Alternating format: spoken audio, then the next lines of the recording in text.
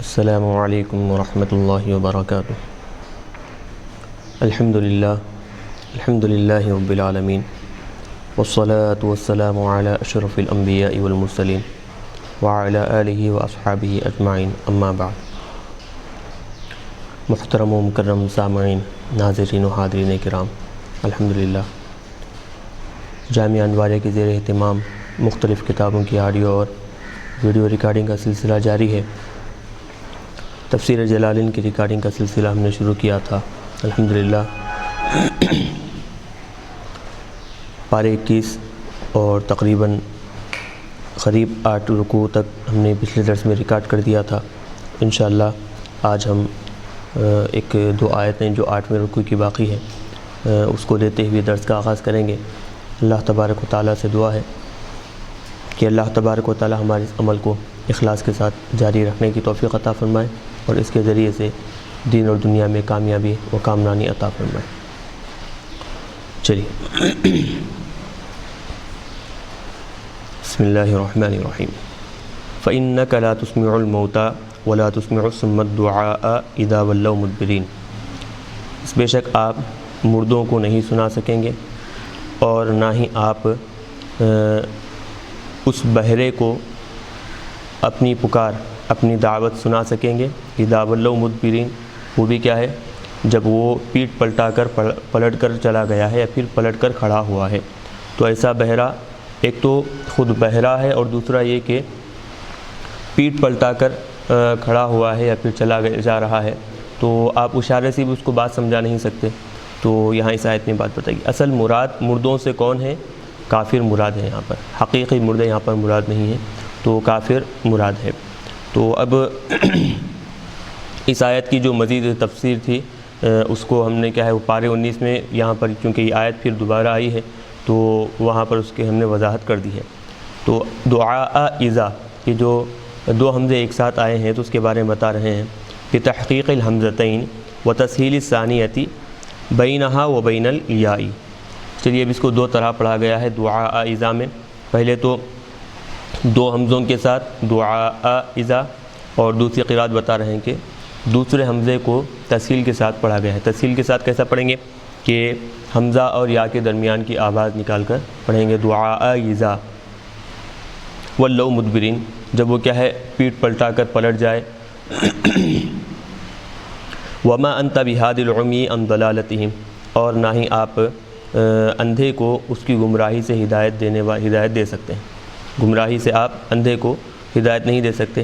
ان ما تسمعوا، آپ سنا نہیں سکیں گے، آپ کی دعوت، دینی پیغام، اللہ تبارک و تعالیٰ کے احکامات سنا نہیں سکیں گے۔ مطلب سننا تو ہر کوئی سن سکتا ہے، لیکن قبول کرنے کی نیت سے سنانا یا پھر سمجھنے کی نیت سے سنانا، یہ کیا ہے؟ آپ سنا نہیں سکیں گے۔ آپ کی یہ باتیں اس نیت کے ساتھ، قبول کرنے کی نیت سے یا پھر سمجھنے کی نیت سے، صرف اور صرف کون لوگ سن سکیں گے آپ کی باتیں؟ الا من یؤمن بآیاتنا، جو ہماری نشانیوں پر، جو ہمارے قرآن پاک پر ایمان لاتے ہیں، تو وہی لوگ آپ کی باتیں سن سکتے ہیں اور آپ انہی لوگوں کو کیا ہے سنا سکتے ہیں۔ وہم مسلمون، سال میں کہ وہ لوگ کیا ہو؟ مسلم ہو، مسلمان ہوئی، مخلصون بتوحید اللہ، اللہ تبارک و تعالیٰ کی توحید، اللہ کی یکتائی میں بالکل خالص ہو، دین کو خالص اللہ تبارک و تعالیٰ کے لیے کیے ہوں، اللہ کی ذات میں کسی کو شریک نہیں ٹھہراتے ہوں۔ تو اب یہاں پر یہ جو دو آیتیں آئی ہیں، دونوں آیتوں سے مراد بھی ایک تو اندھا، بہرا، مردہ، یہ جو تین لفظ جو استعمال کیے گئے ہیں، تینوں سے بھی مراد کیا ہے؟ مجازی طور پر کفار مراد لیے گئے، حقیقی معنی یہاں پر ہرگز مراد نہیں ہے۔ چلیے اب یہ اس سے پہلے بھی ہم نے وضاحت کر دی کہ آپ اندھے کو ہدایت نہیں دے سکتے، تو ہدایت کیا ہو؟ اللہ تبارک و تعالیٰ ہدایت دینے کا اختیار آپ کو دیا ہے کیا؟ تو ہم نے وہاں پر پارے 20 میں ہم نے وضاحت کر دی کہ دو چیزیں ہوا کرتی ہیں، ایک ہے خلق ہدایت، دوسرا ہے کسب ہدایت۔ تو ایک خلق ہدایت یہ اللہ تبارک و تعالیٰ کا کام ہے، اللہ کے علاوہ کوئی بھی یہ کام نہیں کر سکتا۔ کسی کے دل میں ہدایت پیدا کرنا یہ اللہ تبارک و تعالیٰ کا کام، ہدایت کے باتیں بتانا، ہدایت کا راستہ دکھانا، اس راستے پر چلانا، یہ کیا ہے؟ کسب ہدایت میں آتا ہے۔ تو یہ اللہ تبارک و تعالیٰ کے علاوہ، اللہ کے ساتھ ساتھ جو ہے دیگر انبیاء اکرام، نیک لوگ، متقی پرہیزگار، یہ سب کیا ہے اس میں کسب ہدایت میں آ جاتے ہیں۔ تو یہاں پر ہدایت نہیں دے سکتے، ہدایت کا اختیار آپ کو نہیں دیا گیا ہے، یہاں یہ بات نہیں ہے۔ چلیے، تو ہدایت پیدا کرنے کی نفی یہاں اللہ تبارک و تعالیٰ نے کی ہے۔ چلیے آگے بتا رہے ہیں، اللہ الذی خلقکم من ضعف، اللہ تبارک و تعالیٰ ہی وہ ذات بابرکت ہے کہ جس نے تم کو کیا ہے من ضعف، ضعف یعنی ایک بے وقعت، کمزور، بے وقعت، ماء مہین، بے وقعت پانی سے، یعنی ایسا پانی کہ جس کی کوئی قدر نہیں ہے، یعنی نطفہ، اس سے کیا ہے اللہ تبارک و تعالیٰ نے تمہیں پیدا فرمایا۔ ثم جعل من بعد ضعف قوة، پھر وہ جو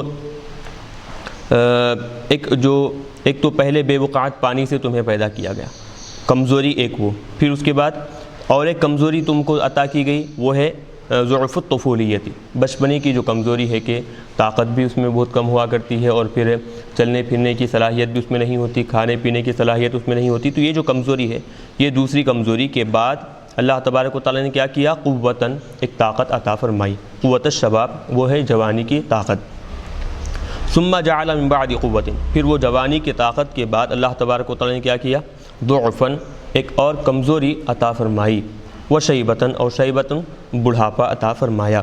تو جوانی کے بعد، تو اب یہ ضعفاً سے کیا مراد ہے، ضعف الکبری، کبر سنی، یعنی عمر زیادہ، جو زیادتی عمر کی وجہ سے جو کمزوری آتی ہے وہ مراد ہے۔ شیبہ، شیب الحرمی، یعنی بڑھاپے میں جو بال سفید ہوا کرتے ہیں تو وہ بالوں کی سفیدی مراد ہے۔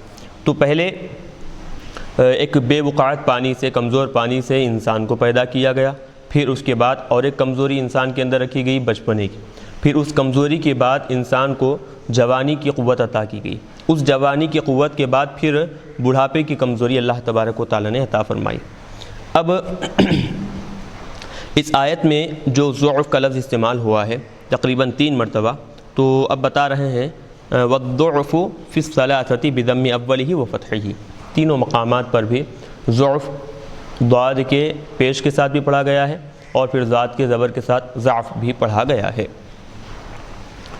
یخلق ما یشاء، اللہ تبارک و تعالیٰ جس کو چاہتا ہے پیدا فرماتا، جو چاہتا ہے پیدا فرماتا ہے، من الضعف، یعنی کمزوری ہو، والقوتی، والشبابی، والشیبتی، طاقت، اللہ تبارک و تعالیٰ جو پیدا فرماتا ہے جوانی، اور ساتھ ہی ساتھ جوانی کے بعد بڑھاپا، اور کبر سنی، بالوں کی سفیدی، یہ ساری چیزیں اللہ تبارک و تعالیٰ جیسا چاہتا ہے اپنی حکمت کے مطابق وہ پیدا فرماتا ہے۔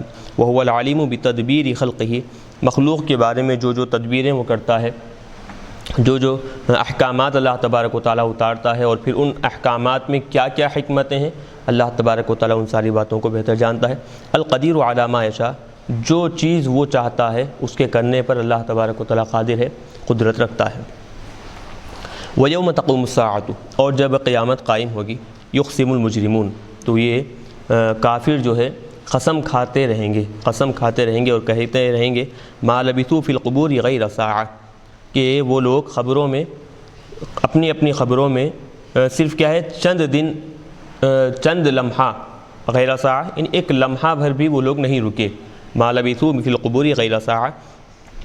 قیامت کے دن جب قائم ہوگا، قیامت میں جب سارے کے سارے لوگ جمع کر دیے جائیں گے، تو کافر اس وقت کہیں گے کہ قیامت کی ہولناکی کی وجہ سے قبروں میں جتنی مدت وہ لوگ رکے رہے ہیں وہ مدت بالکل تھوڑی سی معلوم ہوگی، یعنی ایک آدھ لمحہ، ایک آدھ گھڑی ان کو ایسا معلوم ہوگا کہ بالکل مختصر وقت خبروں میں بتائے ہیں، اور پھر اس کے بعد اب یہاں پر ایک بڑا وقت یہاں بتانے کے لیے وہ لوگ آ گئے ہیں، تو قسمیں کھا کر وہ لوگ ایسی باتیں کرتے رہیں گے۔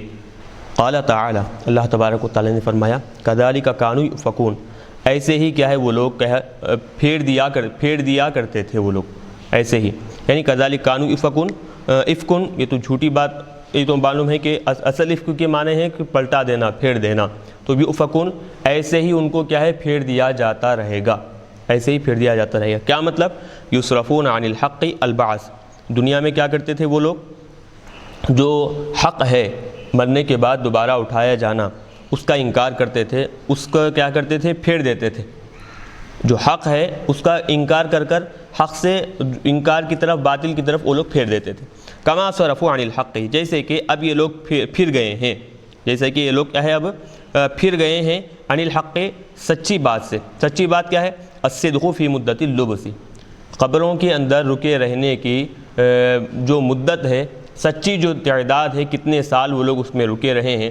جیسے وہ لوگ اب پھر گئے، صحیح تعداد ان کو معلوم نہیں، بس وہ لوگ اپنی طرف سے کہتے جا رہے ہیں، صحیح بات سے وہ لوگ پلٹتے جا رہے ہیں، صحیح تعداد سے پلٹتے جا رہے ہیں. بالکل ویسے ہی دنیا میں جب تھے، مرنے کے بعد دوبارہ اٹھائے جانا جو بالکل سچ تھا اس کا انکار کرتے تھے، اس کو جھوٹ کی طرف مائل کر دیتے تھے، وہ ثابت ہوا. اور اب جب قبروں میں جب تک تھے، قیامت کے دن جب قائم ہوئے تو قبروں کے اندر رکے رہنے کی مدت کا وہ لوگ انکار کر رہے ہیں، اور پھر کہتے ہیں کہ بالکل مختصر وقت ہم قبروں میں بتا کر یہاں پر آ گئے ہیں.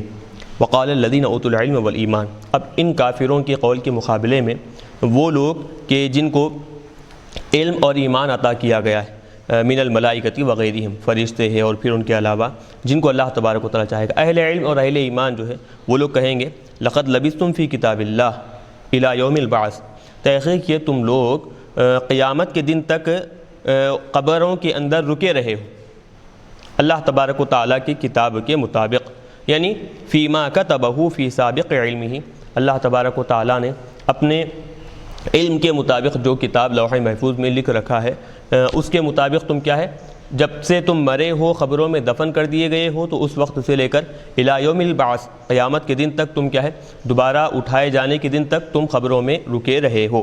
اتنے بڑے لمحے کو، اتنے بڑے وقت کو، اتنے سالوں کو تم کیا ہے بالکل ایک لمحے سے تعبیر کر رہے ہو. فہذا یوم البعث، اب جب تم دوبارہ زندہ ہو کر آئے ہو تو یہ کیا ہے، یوم البعث ہے، یعنی دوبارہ جو زندہ کیا گیا ہے وہی دن ہے، یہ بعث کا دن ہے. الذی انکرتموہ، کہ دنیا میں جس دن کا تم انکار کیا کرتے تھے آج وہ دن تمہارے آنکھوں کے سامنے آ گیا ہے. ولکنکم کنتم لا تعلمون وقوعہ، لیکن تم لوگ کیا تھے، اس دن کے واقع ہونے کو ہرگز نہیں جانتے تھے. تم کو علم نہیں تھا کہ ایک دن قائم ہونے والا ہے، واقع ہونے والا ہے، پھر دوبارہ تم کو زندہ کیا جائے گا. تم دنیا میں اس کا انکار کرتے تھے، لیکن آج وہ دن کیا ہے تمہارے سامنے ثابت اور ظاہر ہو گیا ہے. فیومئذ، اور اس دن کیا ہے، لا ينفع الذین ظلموا معذرتهم، تو ظالموں کو ان کا عذر کچھ فائدہ نہیں پہنچائے گا. ظالموں کو ان کی معذرت، ان کا عذر کیا ہے، کچھ فائدہ نہیں پہنچائے گا. تو بھی لا ينفع لا تنفع دو طرح پڑھا گیا ہے، دونوں صورتوں میں فاعل معذرتهم ہوگا. قاعدہ چونکہ آپ لوگ جانتے ہیں عربی زبان میں کہ فعل اور فاعل کے درمیان جب فاصلہ آ جاتا ہے، فعل کو مذکر اور مؤنث دونوں بھی لانے کی گنجائش ہے. تو اب لا تنفع پڑھیں گے تو معذرتهم فاعل ہوگا، معذرت مؤنث ہے تو تنفع یہ بھی مؤنث، یہ مطابق ہو جائے گا. لا ينفع پڑھیں گے تب بھی کوئی قباحت، کوئی برائی لازم نہیں آئے گی. کیوں؟ کیونکہ معذرتهم ہی فاعل ہے، لیکن فاصلہ الذین ظلموا جو آیا ہے تو فاصلے کی وجہ سے فعل کو ينفع لائے ہیں، تو ایسی صورت میں گنجائش ہے. فی انکارہم لہ، کہ مرنے کے بعد دوبارہ اٹھائے جانے کا وہ جو لوگ انکار کرتے تھے اس کے بارے میں اللہ تبارک و تعالیٰ کے دربار میں قیامت کے دن عذر پیش کرتے رہیں گے، حیلے بیان کرتے رہیں گے، تو نہ ان کو کوئی حیلہ ان کو کچھ فائدہ پہنچائے گا، نہ ان کا عذر کچھ فائدہ ان کو پہنچائے گا. ولا هم یستعتبون، اور نہ ہی قیامت کے دن ان کو ان سے یہ مطالبہ کیا جائے گا کہ اب تم اللہ تبارک و تعالیٰ کو راضی کر لو، اللہ تبارک و تعالیٰ کے راضی کرنے کے لیے ایسے کام کرو جن سے وہ راضی ہوتا ہے. ولا هم یستعتبون، اور نہ ہی ان سے یہ بات طلب کی جائے گی. لا یطلب منہم العتبا، اللہ تبارک و تعالیٰ کی طرف لوٹنا، اللہ کی طرف پلٹنا، یعنی اللہ تبارک و تعالیٰ کو راضی کرنا. یا الرجوع الی ما یرضی اللہ، ایسے کاموں کی طرف پلٹنے کا ان سے مطالبہ نہیں کیا جائے گا کہ جن کاموں کے کرنے سے اللہ تبارک و تعالیٰ راضی ہوتا ہے. کیوں؟ کیونکہ اللہ تبارک و تعالیٰ کو راضی کرنا اور راضی کیے جانے والے کاموں کو اختیار کرنا، یہ سب کیا ہے، یہ دنیا کے کام ہیں. دنیا میں اللہ تبارک و تعالیٰ نے انسان کو موقع دیا ہے مختلف ذرائع سے، مختلف طور طریقوں سے اللہ تبارک و تعالیٰ کو راضی کریں. دنیا میں جیسے کام کیے گئے ہیں ان کاموں کے اعتبار سے اللہ تبارک و تعالیٰ راضی ہوتا ہے. اگر رضامندی کے کام کیے ہیں تو اللہ تعالیٰ راضی ہوگا، نافرمانی کے کام کیے ہیں تو اللہ تبارک و تعالیٰ ناراض ہوگا. لیکن یاد رکھیں آخرت میں انسان کو مہلت نہیں دی جائے گی کہ اللہ کو راضی کرنے والے کام اختیار کریں، یہ ہرگز ان کو مہلت نہیں دی جائے گی. تو اس کو بتا رہے ہیں ولا هم یستعتبون. کیوں؟ کیونکہ دو چیزیں اچھی طرح یاد رکھیں، یہ دنیا دارالعمل ہے اور آخرت جو ہے دارالجزا ہے. دارالعمل میں صرف اور صرف اعمال کرنے کا حکم دیا گیا ہے، اور دارالجزا میں صرف اور صرف جو اعمال کر آئے ہیں اس کا بدلہ اللہ تبارک و تعالیٰ کی طرف سے عطا کیا جائے گا۔ دارالجزا میں عمل کرنے کی کوئی بھی گنجائش ہرگز حاصل نہیں ہوگی، وہاں پر ان کو عمل کرنے کا کوئی موقع فراہم نہیں کیا جائے گا، نہیں دیا جائے گا۔ چلیے، وَلَقَدْ ضَرَبْنَا لِلنَّاسِ فِي هَذَا الْقُرْآنِ مِنْ كُلِّ مَثَلٍ، اور تحقیق کہ ہم نے لوگوں کے لیے اس قرآن پاک میں بہت ساری مثالیں بیان فرمائی ہیں، تنبیہاً لہم، یعنی لوگوں کو آگاہ کرنے کے لیے، ان کو صحیح راستے پر لانے کے لیے، ان کی عقلوں میں صحیح باتیں اتارنے کے لیے بہت ساری مثالیں ہم نے کھول کر بیان فرمائی ہیں۔ وَلَئِن جِئْتَهُمْ بِآیَةٍ، اور اے حبیب صلی اللہ علیہ وسلم، یہ کفار مکہ جو آپ سے کہہ رہے ہیں، یا پھر یہ جو کافر اور ساتھ ہی ساتھ یہودی جو آپ سے کہہ رہے ہیں کہ جیسے موسیٰ علیہ السلام کو عصا دیا گیا، اور پھر موسیٰ علیہ السلام کا ایک معجزہ ید بیضا تھا، اور حضرت صالح علیہ السلام کی اونٹنی ایک معجزہ تھی، اور حضرت عیسیٰ علیہ السلام کو مائدہ، جنت سے دسترخوان اترنا، جیسے حضرت یہ مذکور انبیاء کرام کو معجزات دیے گئے، ویسے ہی آپ پر کوئی ایک نشانی، کوئی ایک علامت آپ کے نبی ہونے پر اللہ تبارک و تعالیٰ نے کیوں نہیں اتاری؟ اللہ نے آپ کو ایک معجزہ کیوں نہیں دیا؟ یہ کافر آپ سے کہتے ہیں۔ تو اب اس کے جواب میں آپ ایک بات اپنی ذہن میں اچھی طرح ذہن رکھیں، ذہن نشین کر لیں، وہ کیا ہے؟ وَلَئِن، اور قسم بخدا اگر، جِئْتَهُمْ بِآیَةٍ، اے حبیب صلی اللہ علیہ وسلم، آپ ان کافروں کے پاس ایک نشانی لے کر آئیں۔ کیسی نشانی؟ مثل العصا والید لموسیٰ، موسیٰ علیہ السلام کا جیسے عصا تھا نشانی کے طور پر، اور ید بیضا تھا، تو ان کافروں کے پاس اگرچہ آپ کیا ہے، ایسی کوئی نشانی، ایسی کوئی علامت، ایسا کوئی معجزہ لے کر آئیں، معجزہ آپ لے کر آئیں، اس کے باوجود بھی وہ لوگ ایمان لانے والے نہیں، بلکہ لَيَقُولَنَّ الَّذِينَ كَفَرُوا مِنْهُمْ، ان میں کے کافر ضرور کہیں گے، ان انتم الا مبطلون، اس کے سوا نہیں کہ تم سے مراد حضور پاک علیہ السلام اور حضور کے صحابہ، تم اور تمہارے صحابہ کیا ہے؟ الا مبطلون، باطل، غلط راستے پر ہو، غلط طریقے کو اختیار کیے ہو، اصحاب اباطیل، یعنی باطل طریقوں کو اختیار کرنے والے ہو۔ چلیے یہاں پر یعنی آپ اگرچہ مذکورہ معجزہ لے کر بھی آئیں، عصا یا پھر ید بیضا یا پھر ان لوگوں کے مطالبے کے مطابق کوئی نشانی لے کر بھی آئیں، تب بھی وہ لوگ ایمان لانے والے نہیں، بلکہ آپ کا سرے سے انکار ہی کریں گے، آپ کی نبوت اور رسالت کا انکار ہی کرتے ہوئے نظر آئیں گے۔ چلیے یہاں ایک تفسیر آئی ہے، اس کو اچھی طرح آپ لوگ ذہن نشین کریں، وہ یہ لَيَقُولَنَّ کے جو تفسیر آئی ہے، لَيَقُولَنَّ میں جو تفسیر آئی ہے، وہ تفسیر مناسب یہی معلوم ہوتا ہے کہ کاتب کی طرف سے وہ کیا ہوا ہے، وہ کاتب کی طرف سے تسامح ہوا ہے، صاحب کتاب کی طرف سے تو نہیں کہیں گے، بلکہ کاتب کی طرف سے جو نسخے لکھتے رہتے ہیں، نسخے کتابت کے انداز میں وہ تحریر کرواتے، کیونکہ یہ جو نسخہ ہمارے سامنے رکھا ہوا ہے وہ کتابت کا نسخہ ہے، کتابت کیا ہوا ہے، تو اب اسی لیے بتا رہے ہیں کہ لَيَقُولَنَّ کی جو تفسیر وضاحت کی گئی ہے، حُذِفَ مِنْهُ نُونُ الرَّفْعِ لِتَوَالِي النُّونَات وغیرہ وغیرہ، یہ تفسیر اس کی نہیں ہے۔ کیونکہ لَيَقُولُنَّ اگر پڑھتے تو پھر بھی وہ جو تفسیر اب تک بتائی گئی ہے اور آگے بھی وہ تفسیر آئے گی، اس کے اندر جو تعلیل ہے وہ تعلیل بالکل مناسب، لَيَقُولُنَّ یعنی مضارع کے جمع کے صیغے میں وہ تفسیر مناسب ہے۔ کیا ہوتا ہے اس میں کہ لَيَقُولُونَ، پھر اس کے بعد کیا ہے، تثنیہ نون تاکید ثقیلہ ہے، تو 3 نون جمع ہوتے ہیں، تو نون جمع ہونے کی وجہ سے نون رفع کو کیا ہے، حذف کر دیا جاتا ہے۔ نون رفع جو کہ کیا ہے، فاعل ہونے پر دلالت کرتا ہے، پھر اس کے بعد واو کو بھی حذف کر دیا گیا اجتماع ساکنین کی وجہ سے، جو کہ کیا ہے، فاعل ہونے پر دلالت کرتا ہے، فاعل پر دلالت کرنے والا ہے، تو نون کو بھی جمع کے نون کو بھی حذف کیا گیا، اور واو جو کہ فاعل پر دلالت کرنے والا ہے اس کو بھی حذف کر دیا گیا، تو لَيَقُولُنَّ بن گیا جمع کے اس میں۔ لیکن لَيَقُولَنَّ میں یاد رکھیں کہ یہ جو لَيَقُولَنَّ میں لام پر جو زبر آیا ہے، لَيَقُولَنَّ میں لام پر جو زبر آیا ہے وہ مضارع اصلی ہونے کی وجہ سے، اور لَيَقُولَنَّ میں اس کا فاعل ہے ہی نہیں، بلکہ الَّذِينَ كَفَرُوا فاعل اس کا آگے بیان کیا جا رہا ہے، تو وہاں پر لَيَقُولُنَّ میں جو تعلیل کی گئی تھی اس کے اندر فاعل تھا، تو فاعل ہونے کی وجہ سے جمع کی نون کو حذف کیا گیا، اور ساتھ ہی ساتھ واو جو کہ جمع پر دلالت کرنے والا ہے اس کو بھی کیا ہے، حذف کر دیا گیا تھا، اندر فاعل، اس فعل کے اندر فاعل ہونے کی وجہ سے تھا۔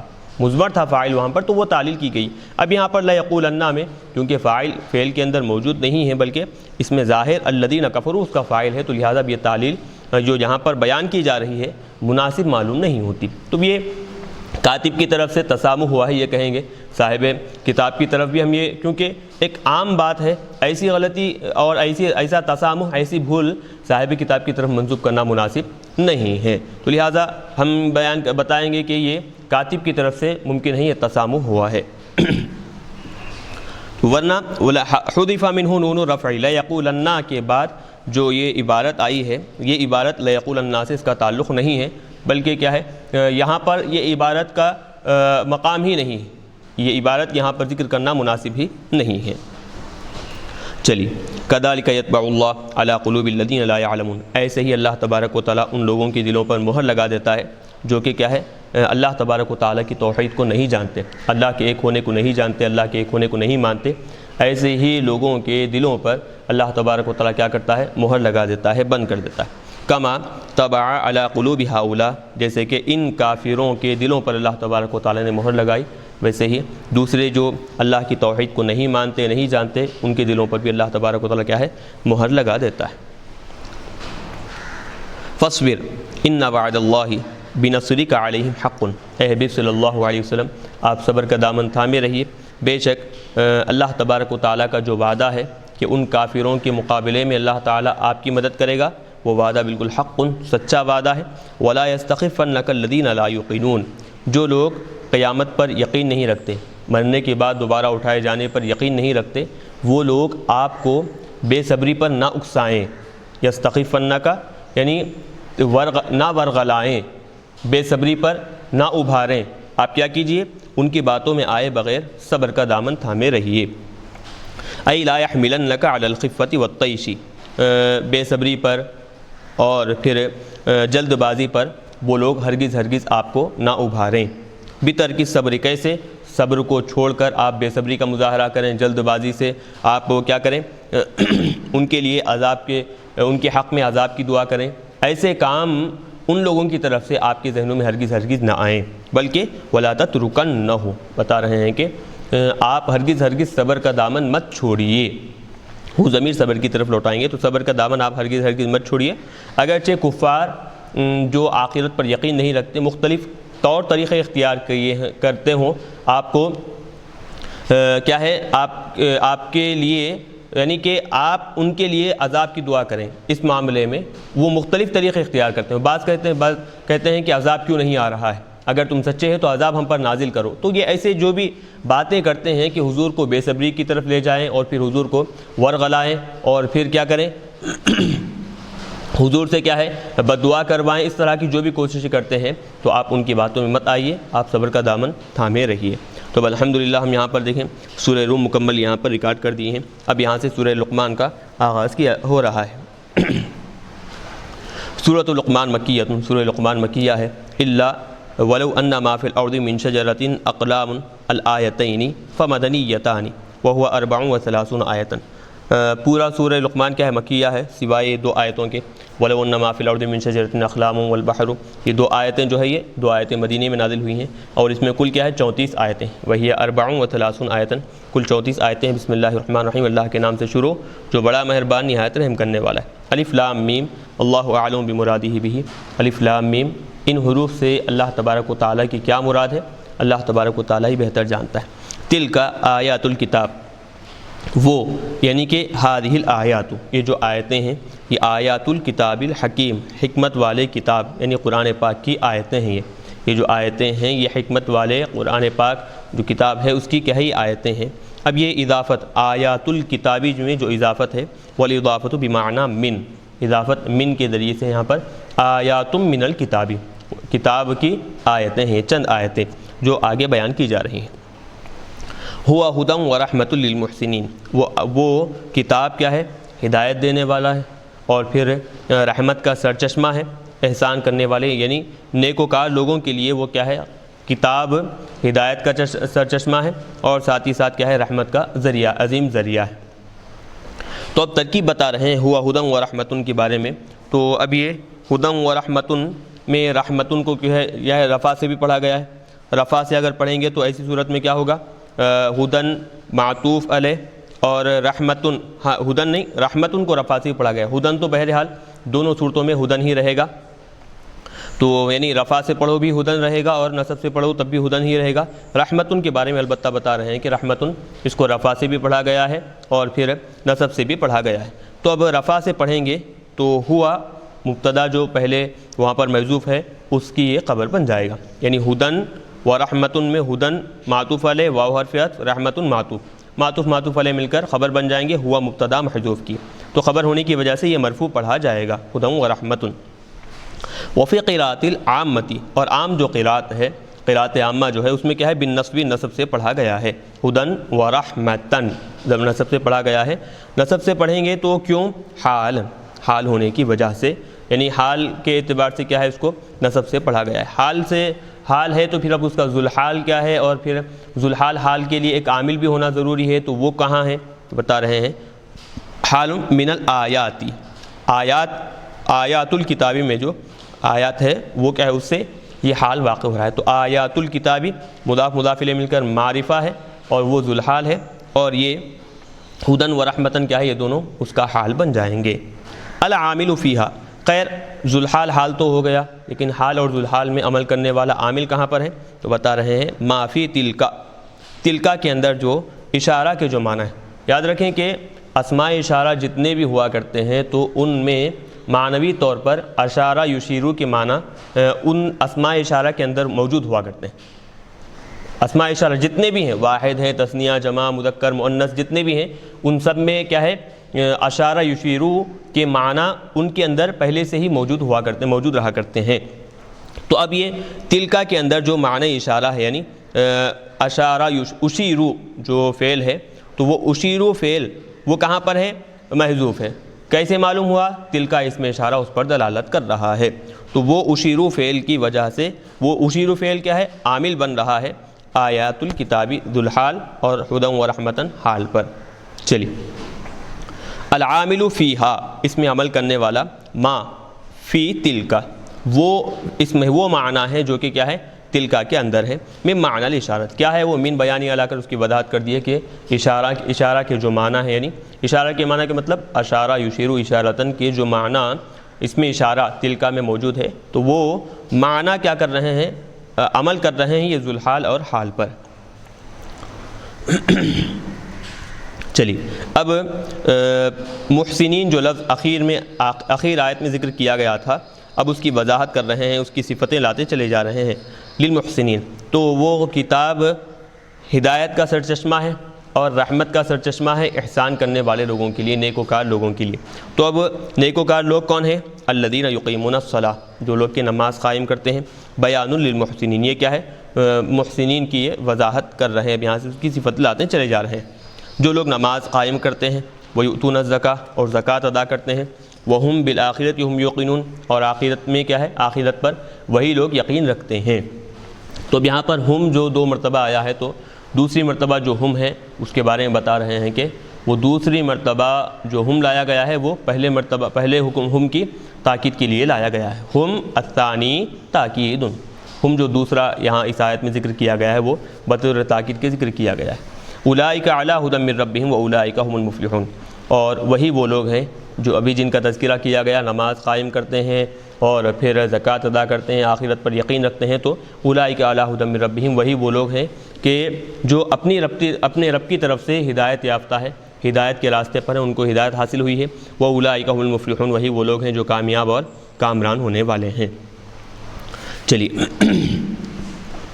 اب یہاں سے یہ جو آیت نازل ہو رہی ہے، وہ آیت کو شروع کرنے سے پہلے ہم اس کا شان نزول دیکھ لیں گے، تو آیت بھی آپ کو آسانی سے سمجھ میں آئے گی، اور ایک لفظ اس میں لایا گیا ہے تو اس کے معنی بھی ہم دیکھیں گے تو بات آپ کو آسانی سے سمجھ میں آئے گی۔ تو اس کا شان نزول کیا ہے؟ یہ آیت کس کے بارے میں نازل ہوئی؟ تو بتا رہے ہیں نضر بن حارث کے بارے میں یہ آیت کریمہ نازل ہوئی۔ وہ تجارت کی غرض سے مختلف مقامات پر کیا ہے؟ جایا کرتا تھا، مختلف مقامات میں تجارت کیا کرتا تھا۔ تو حیارہ مقام پر، جو کہ مدینہ کوفہ کے قریب میں ایک شہر ہے، یہ کوفہ کے قریب میں ایک شہر کا نام حیارہ ہے، تو وہاں پر یہ جاتا اور تجارت وغیرہ کرتا۔ تو وہاں پر جو اجمیوں کے جو قصے کہانیاں ہیں، جو کیا ہے، ایک تو اس میں کیا ہے قصے کہانیاں کیسے ہوتی وہ کہ ان قصے کہانیوں میں کچھ احکامات وغیرہ تو ہے نہیں، بلکہ صرف کیا ہے وقت خرابی اور دل جوئی کے لیے، اور ساتھ ہی ساتھ اس میں لطیفے وغیرہ ہوا کرتے، تو خوشی حاصل کرنے کے لیے وہ کیا کرتا، وہاں سے اجمیوں کی کتابیں خرید کر لاتا اور پھر وہ آ کر کفار مکہ کو سناتا۔ کفار مکہ میں سے وہ لوگ جو قرآن پاک کو سننے کے لیے ان کے دل مائل ہو رہے ہیں، قرآن پاک میں بھی اللہ تبارک و تعالیٰ نے جگہ جگہ پر واقعات بیان فرمائے ہیں، تو لیکن ان واقعات کے ضمن میں اللہ تبارک و تعالیٰ بہت ساری حکمتیں، بہت ساری نصیحتیں رکھا ہے، لیکن وہ جو قصے کہانیاں وہ سنایا کرتا تھا نضر بن حارث، اس میں کوئی نصیحت، کوئی حکم، کوئی عبرت نہیں ہوتی، بلکہ وقت خرابی، دل جوئی، خوشی حاصل کرنے کے لیے وہ لوگ اس طرح کا وقت کیا ہے وہ سننے میں لگایا کرتے تھے۔ تو قصے کہانیاں سننے کے اعتبار سے بھی اس کے اچھے تھے، اور پھر ایک تو صرف سننا ہے، وقت خرابی کرنا ہے، نصیحت بھی نہیں اور کچھ احکامات بھی عمل بھی نہیں، سختی سے کچھ باتوں پر عمل کرنے کا حکم بھی ان واقعات میں نہیں ہے۔ تو کفار مکہ جو لوگ قرآن سننے کی طرف مائل ہوئے ہیں، وہ لوگ کیا کرتے، قرآن کے سننے کو چھوڑ کر نضر بن حارث کی باتوں پر مانتے، اس کی باتوں کو کیا ہے اس کے واقعات سننے کے لیے، اس کے قصے کہانیاں سننے کے لیے اس کی طرف پلٹ جایا کرتے تھے، اور ان کو وہ قصے کہانیاں اچھے بھی معلوم ہوتے قرآن پاک کے مقابلے میں۔ تو اس کا مقصد، نضر بن حارث کا مقصد ہی یہ تھا کہ جو لوگ قرآن پاک سننے کی طرف مائل ہو رہے ہیں، قرآن پاک سننے کی طرف توجہ لے رہے ہیں، تو ان کو پلٹا کر ان قصے کہانیوں کی طرف لوگوں کی توجہ پلٹانا اور پھر اس طرف ان کو متوجہ کرنا، یہ ان کا مقصد ہوتا تھا، اس کا مقصد تھا، اور پھر قرآن پاک سے روکنا اس کا یہ مقصد ہوا کرتا تھا۔ تو اس کے رد میں اللہ تبارک و تعالیٰ نے آیت کریمہ نازل فرمائی، یہ ایک بات، اور دوسری یہ اس کا شان نزول ہے۔ اور پھر دیکھیں کہ لاہون کا ایک لفظ یہاں پر آیا ہے، تو لاہون کے معنی جو بتاتے ہیں کہ بیکاری کے کاموں میں مصروف ہونا، ایسے کام کہ جس میں کچھ بھی فائدہ حاصل نہ ہو، ایسے کاموں میں مشغول ہونا، اور ایسا مشغول ہونا کہ جو اہم کام ہیں ان کاموں سے کیا ہے غافل ہو جائیں۔ بیکاری کے کاموں میں ایسے مصروف ہونا کہ ان کاموں سے کچھ بھی فائدہ حاصل نہ ہو، لیکن ایسا مصروف ہو جانا کہ جو اہم کام جو ہیں، جو اہم جو ذمہ داریاں ہیں، ان ذمہ داریوں سے بالکل غافل ہو جائے اور پھر ان بیکاری کے کاموں میں مصروف ہو جائے، ایسے کام کو کہتے ہیں کہ لہو۔ آگے بات سمجھ میں، لہو یعنی بیکاری کے کاموں میں مصروف ہونا، مشغول رہنا، اور ایسا مشغول ہونا کہ جو اہم کام ہیں، جو ذمہ داریاں ہیں، جو واجبات ہیں، جو لوازمات ہیں، کیا ان کو چھوڑ کر ان بیکاری کاموں میں مصروف ہو جائیں۔ تو ایسے کاموں میں، تو لہون کا لفظ یہاں پر کیوں استعمال کیا گیا؟ تو وجہ وہی کہ جو وہ بیکار قصے کہانیاں جو نضر بن حارث سے سنا کرتے تھے، کس سے پلٹ کر؟ جو قرآن پاک ہے، نصیحت کا سرچشمہ ہے، ان کے لیے ہدایت کا منبع ہے، اس کو چھوڑ کر کیا کرتے وہ لوگ؟ جو فائدہ مند ہے، جو لازم ہے، جن کا سننا، اس سے ہدایت حاصل کرنا ان لوگوں کے لیے لازم تھا، لیکن وہ لوگ اس کو چھوڑ کر کیا ہے بیکاری کے کاموں میں، بیکاری کے قصے کہانیاں سننے میں وہ لوگ کیا ہے اپنے آپ کو مصروف رکھتے، مشغول رکھا کرتے تھے۔ تو اسی لیے یہ بات سمجھانے کے لیے لہون کا لفظ یہاں پر استعمال ہوا ہے۔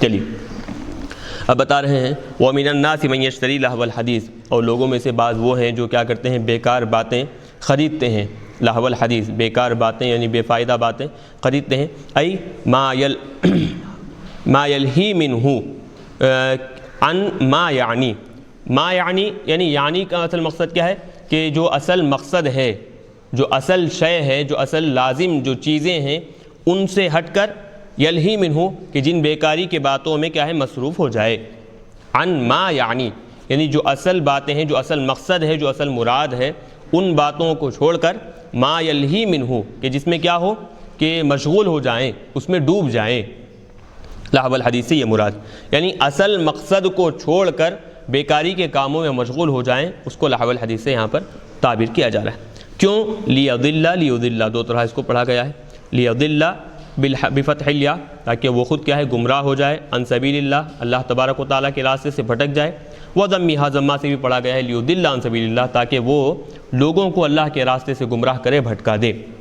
اللہ کا راستہ مطلب طریقہ الاسلام، دین حق اسلام کے راستے سے وہ لوگوں کو بھٹکائے، گمراہی کی طرف لے جائے، بغیر علم، ناسمجھی کا مظاہرہ کرتے ہوئے، نافہمی کا مظاہرہ کرتے ہوئے، ناسمجھ بن کر وہ کیا ہے لوگوں کو گمراہ کرتے ہوئے، گمراہ کرنے کی نیت سے واقعات کو، قصے کہانیوں کو خریدتا ہے۔ تو وَيَتَّخِذَهَا حُدْوًا، اور پھر ان نشانیوں کو، یہ تو قصے کہانیاں سنا دیا لوگوں کے سامنے، لیکن جو اللہ کی اصل نشانیاں ہیں، جو اللہ کے اصل احکامات ہیں، جو پیغامات ہیں، ان نشانیوں کا وَيَتَّخِذَهَا ہُزُوًا، ان نشانیوں کا مذاق اڑاتا ہے، ان نشانیوں کو مذاق کا ذریعہ بنا لیتا ہے، ان کا مذاق اڑاتا ہے۔ اب یہ وَيَتَّخِذَهَا وَيَتَّخِذُهَا دو طرح اس کو پڑھا گیا ہے۔ وَيَتَّخِذَهَا اگر پڑھیں گے لال کے زبر کے ساتھ تو بالنصب عطفاً علی یضل، ایسی صورت میں کیا ہے یضل پر کیا ہے عطف ہوگا، تو چونکہ یضل میں کیا ہے لام کئی داخل ہوا ہے تو یضل کے آخر حرف پر زبر دیا گیا ہے، اس پر عطف کرتے ہوئے یتخذا کے آخر حرف پر بھی کیا ہے زبر دیا جائے گا۔ وہ بالرفعی، اور رفع سے بھی ویتخذوہا بھی پڑھا گیا ہے اس کو عطفاً علی یشتری، اس سے پہلے والا جو من یشتری ہے اس پر عطف کرتے ہوئے کیا ہے اس کا رفع سے بھی اس کو پڑھا گیا ہے۔ بہرحال یتخذہا یتخذوہا دو طرح اس کو پڑھیں گے۔ ان نشانیوں کو کیا بنا لیتا ہے ہزواً، مذاق بنا لیتا ہے، محذوفاً بہا، ان نشانیوں کا کیا ہے وہ مذاق بنا لیتا ہے۔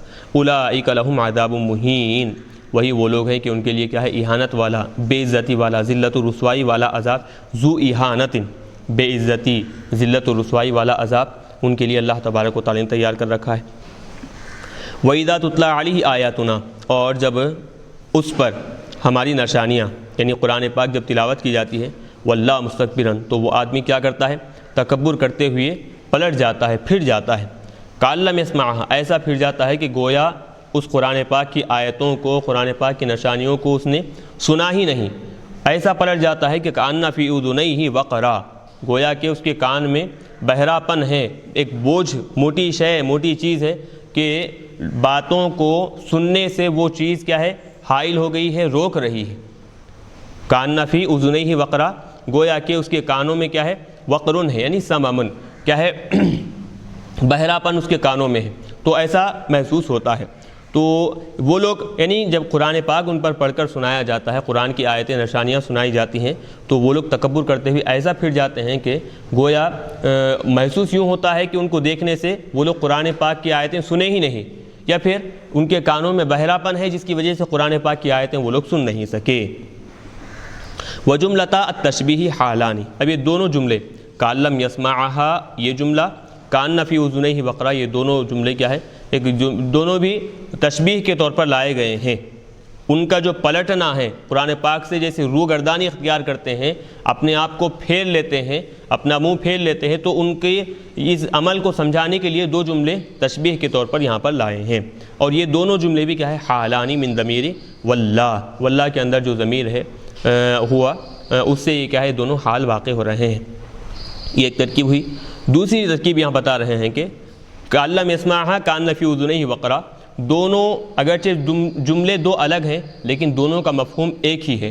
لم یسمعھا اور پھر کأن فی اذنیہ وقرا، دو جملے ہیں لیکن مفہوم دونوں کا ایک ہے، تو ممکن ہے ابھی ثانیۃ بیان للأولیٰ، یہ بھی ہو سکتا ہے۔ پہلی ترکیب تو کیا بتائے کہ دونوں حال ہیں، لیکن دوسری ترکیب یہ ہو سکتی ہے کہ پہلا جملہ حال ہے اور دوسرا جملہ جو ہے کیا ہے پہلے جملے کی وضاحت کرنے کے لیے لایا گیا ہے۔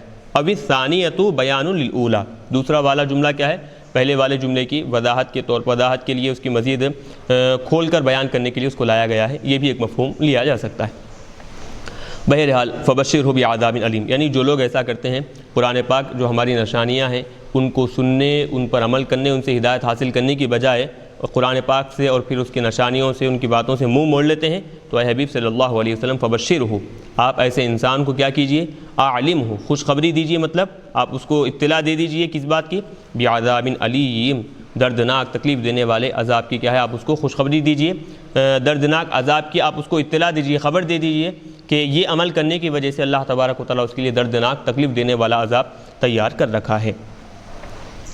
وذکر البشارۃ تحکم بہ، اب یہاں پر یہ جو دردناک عذاب کی خوشخبری دینا، تو خوشخبری اچھے عمل کی، اچھی چیز کی دی جاتی ہے، تو دردناک عذاب تو کوئی اچھا عمل نہیں، اچھی چیز نہیں ہے، تو پھر خوشخبری دینے کا مطلب کیا ہے؟ تو بتا رہے ہیں یہاں پر دردناک عذاب کی خوشخبری دیجئے، دراصل اس میں کیا ہے حقیقت میں خوشخبری مراد نہیں ہے، بلکہ عذاب کی ان کو خوشخبری دینا اس جملے میں دراصل کیا ہے ان کی بے عزتی ہے، تحکم بہ، ان کی دراصل کیا ہے اس میں بے عزتی کرنا ہے، اور پھر ان کے کیا ہے وہ لوگ اپنے آپ کو جو بڑا سمجھتے تھے ان کے مقام کو گھٹا کر ان کے انجام کو کھول کر یہاں پر وضاحت کرنے کے لیے، اور پھر ان کا جو برا انجام ہوگا اس کے انجام میں مزید اور یعنی یوں سمجھیں کہ جلے پہ نمک چھڑکنے کا کام کرنے کے لیے. ایک تو دردناک عذاب ہے ہی ہے، اس پر مزید کیا ہے؟ دردناک عذاب کی خوشخبری دینا. تو دردناک عذاب کی خوشخبری دینا، تو جس کو عذاب دیا جا رہا ہے اس کے عذاب میں مزید اضافہ کرنے کے لیے یہاں پر کیا ہے؟ یہ لفظ استعمال کیا گیا ہے، ورنہ حقیقت میں فبشرہ اس کے حقیقی معنی یہاں پر مراد نہیں. چلیے، وہو النضر بن الحارث. اب یہ آیتیں جو نازل ہوئی ہیں کس کے بارے میں نازل ہوئی ہے؟ تو نضر بن حارث کے بارے میں نازل ہوئی ہے. کانا یاتی الحیرہ، یہ کیا ہے؟ مقام حیرہ کے پاس آتا تھا. یتجر، تجارت کرتا تھا. فیشتری کتب اخبار الاعاجم، اجمیوں کے واقعات، قصے کہانیوں کی جو کتابیں ہیں وہ خریدتا تھا. ویحدث بہا اہل مکہ، اور پھر وہ قصے کہانیاں اہل مکہ سے وہ بیان کرتا تھا. ویقول، اور پھر وہ کہتا یہ کہ ان محمدن یحدثکم احادیث عاد و ثمود، کہ یہ محمد عربی صلی اللہ علیہ وسلم وہ تم کو کیا کرتے ہیں؟ قوم عاد قوم ثمود کے واقعات وہ باتیں بیان کرتے ہیں. وانا احدثکم حدیث فارس والروم، اور میں تم کو کیا ہے؟ فارس اور روم کے قصے کہانیاں واقعات کیا ہے؟ میں تمہارے سامنے کھول کھول کر بیان کرتا ہوں. تو اس طرح فیستملحون حدیثہ، تو کیا کرتے ان لوگوں کو، یعنی وہ جو لوگ قرآن سننے کی طرف مائل ہوئے ہیں ان کو اس کے واقعات، اس کی باتیں کیا ہے؟ بھلی معلوم ہوتی. یستملحون ملحن سے اچھی معلوم ہوتی، یعنی وہ لوگ قرآن پاک سننے کی بجائے اس کی باتیں سننے کی طرف، اس کے واقعات سننے کی طرف مائل ہو جاتے. ویترکون استماع القرآن، اور قرآن پاک کے سننے کو وہ لوگ کیا کرتے؟ چھوڑ دیتے. تو ان کے رد میں، اور جو لوگ قرآن پاک سے پلٹ گئے ہیں ان کے لیے اللہ تبارک و تعالیٰ نے آیت کریمہ نازل فرمائی اور بتایا کہ جو لوگ اس طرح کا عمل کرتے ہیں اولئک لہم عذاب مہین، تو یاد رکھیں کہ ان کے لیے بے عزتی والا، ذلت و رسوائی والا عذاب اللہ تبارک و تعالیٰ نے تیار کر رکھا ہے.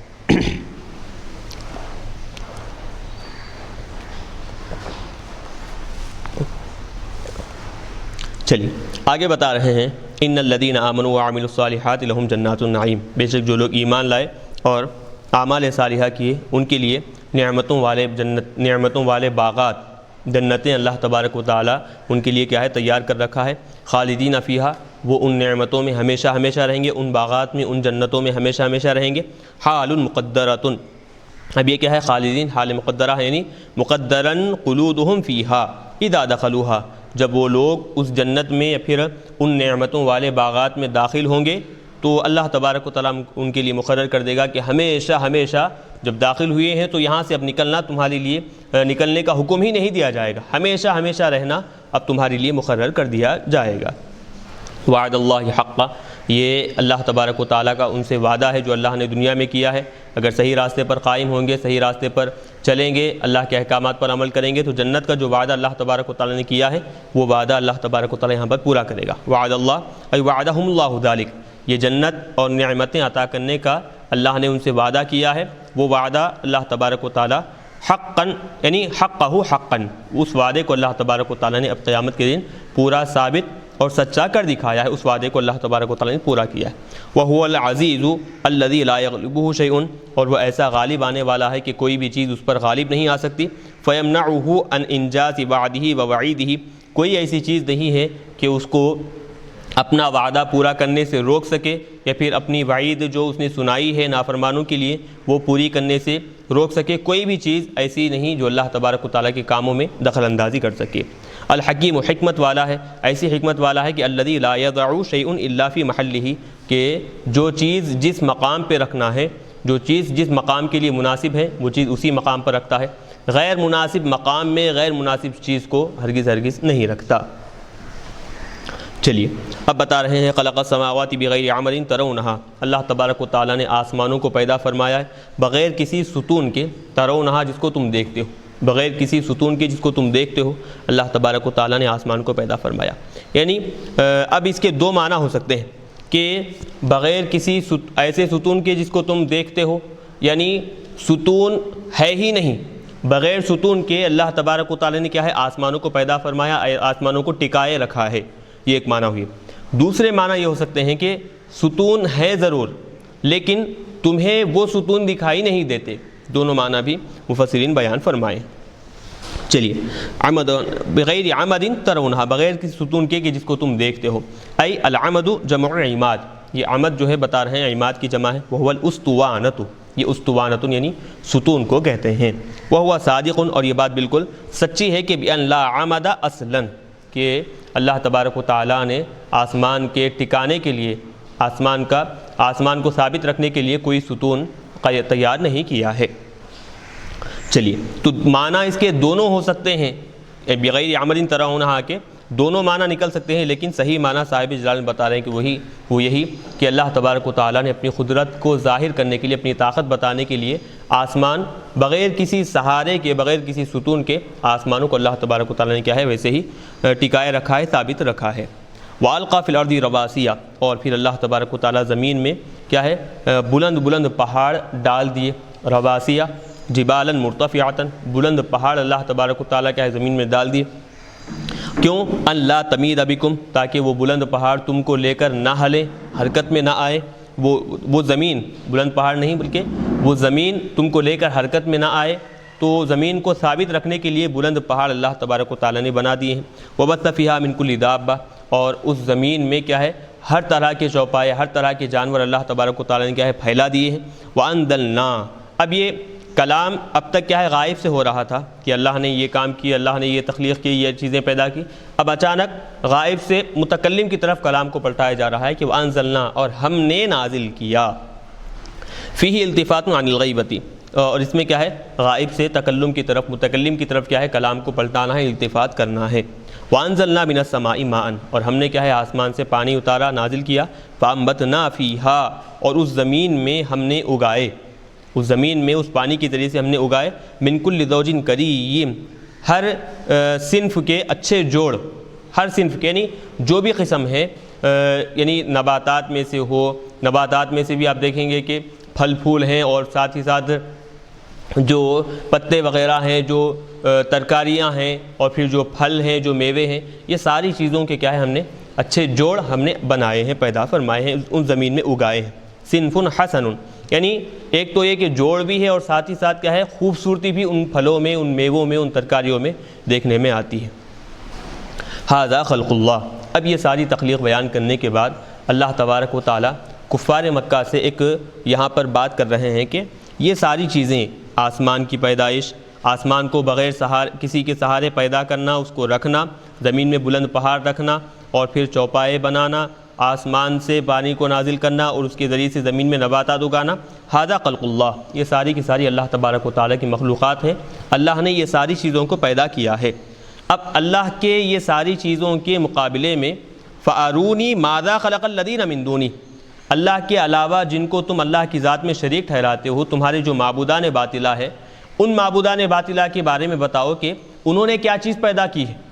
اللہ نے یہ ساری چیزیں پیدا کی ہیں، آسمان، زمین وغیرہ وغیرہ، یہ سب چیزیں اللہ نے پیدا کی ہیں، تو تمہارے جو معبود ہیں، تم جس کو معبود سمجھتے ہو، اللہ کی ذات میں شریک ٹھہراتے ہو، تو انہوں نے اب تک کیا چیزیں پیدا فرمائی ہیں، پیدا کی ہیں۔ تو اب بتا رہے ہیں فارونی، تم مجھے بتاؤ، اخبرونی یا اہل مکہ، اہل مکہ تم مجھے اس بات کی اطلاع دو، خبر دو کہ ماذا خلق الذین من دونی، اللہ کے علاوہ جن کی عبادت تم کرتے ہو انہوں نے کیا پیدا کیا ہے۔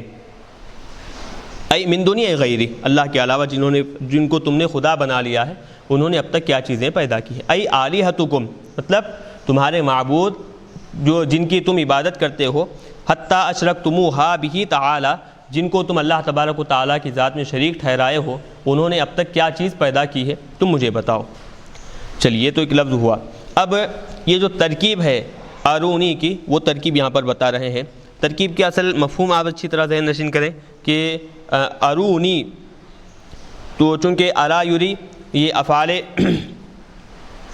قلوب سے ہیں، اور پھر افعال قلوب میں دیکھیں کہ ان کے مفعول ایک سے زائد مفعول ہوا کرتے ہیں، تو کم سے کم ان کے دو مفعول ہوتے ہیں، اور پھر کبھی متعدی بدو مفعول، متعدی بسے مفعول، کبھی دو مفعول ہوتے ہیں، کبھی تین مفعول ہوتے ہیں، تو بہرحال تین، کبھی مفاعل بلکہ اس سے زیادہ بھی ان کے مفعول کیا ہے ہوا کرتے ہیں۔ تو اب سوال ہو رہا ہے کہ ارونی، ارو فعل، اس میں انتم ضمیر فاعل اور نی اس کا مفعول اول ہے، تو ارونی افعال قلوب سے ہیں، اور پھر مفعول اول اس کا ذکر ہوا ہے، تو مفعول ثانی کہاں پر ہے؟ مفعول ثانی بھی ہونا ہے نا، تو اب اگر ہم جواب دیں گے ماذا خلق الذین من دونہ، یہ اس کا مفعول ثانی ہے، تو یہ جواب بالکل مناسب نہیں ہوگا۔ کیوں؟ کیونکہ ماذا میں جو ما ہے وہ ما استفہام کا ہے، اور استفہام جو ہے ہمیشہ صدر کلام کو چاہتا ہے، کلام کے شروع میں آنا چاہتا ہے ہمیشہ، استفہام کا کوئی بھی حرف لیں آپ، وہ ہمیشہ کلام کے آغاز میں آنا چاہتا ہے، درمیانی کلام میں ہرگز وہ نہیں آتا۔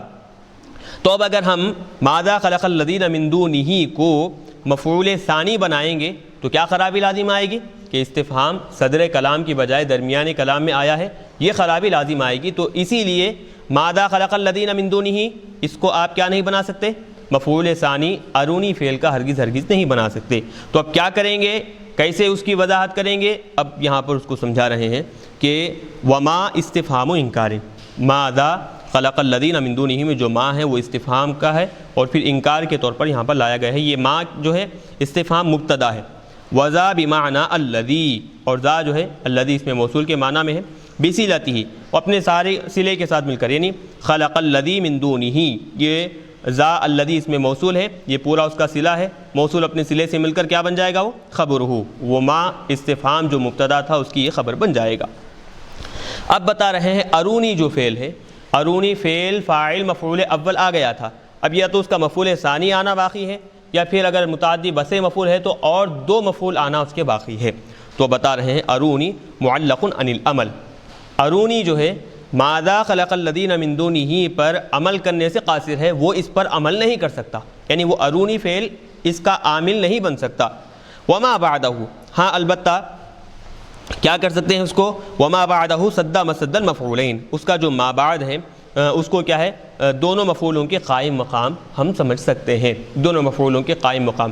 تو دونوں مفعولوں سے مراد کیا ہوگا، ارونی میں ایک مفعول اول ہے پہلے سے ہی، اب دونوں مفعول کے قائم مقام جب ہم لیں گے تو قائم مقام دونوں مفعولوں کے ہونے کی وجہ سے بھی یہ کیا ہے، متعدی بسے مفعول ہو جائے گا، یہ بات بالکل اب درست ہو جائے گی۔ اب ایک سوال یہاں پر ایک یہ بھی اعتراض ہوا ہے، وہ یہ کہ ارونی جب اخبرونی کے معنی میں ہوگا، ارا جب اخبرا کے معنی میں ہوگا تو اس کے صرف دو مفعول آئیں گے، ارا جب اخبرا کے معنی میں ہوگا تو اس کے صرف کتنے، دو مفعول آئیں گے، یہ قاعدہ ہے۔ تو اب یہاں پر اگر ارا کو اخبرونی کے معنی میں جیسے لے رہے ہیں یہاں پر، تو اب اس کے دو مفعول آنا چاہیے، دو مفعول کی بجائے ابھی کیا بتائے کہ تین مفعول یہاں پر ظاہر ہو رہے ہیں، ارونی میں ایک مفعول اور ماذا خلق الذین من دونہ یہ کیا ہے، دو مفعولوں کے قائم مقام، تو یہ دو مفعولوں کے قائم مقام اور ارونی میں ایک مفعول، تو تین مفعول ہو گئے ہیں نا۔ تو پھر وہ قاعدہ جو بتائے کہ ارا اخبرا کے معنی میں ہو تو اس کے دو ہی مفعول آتے ہیں، تو وہ قاعدہ ٹوٹ جا رہا ہے۔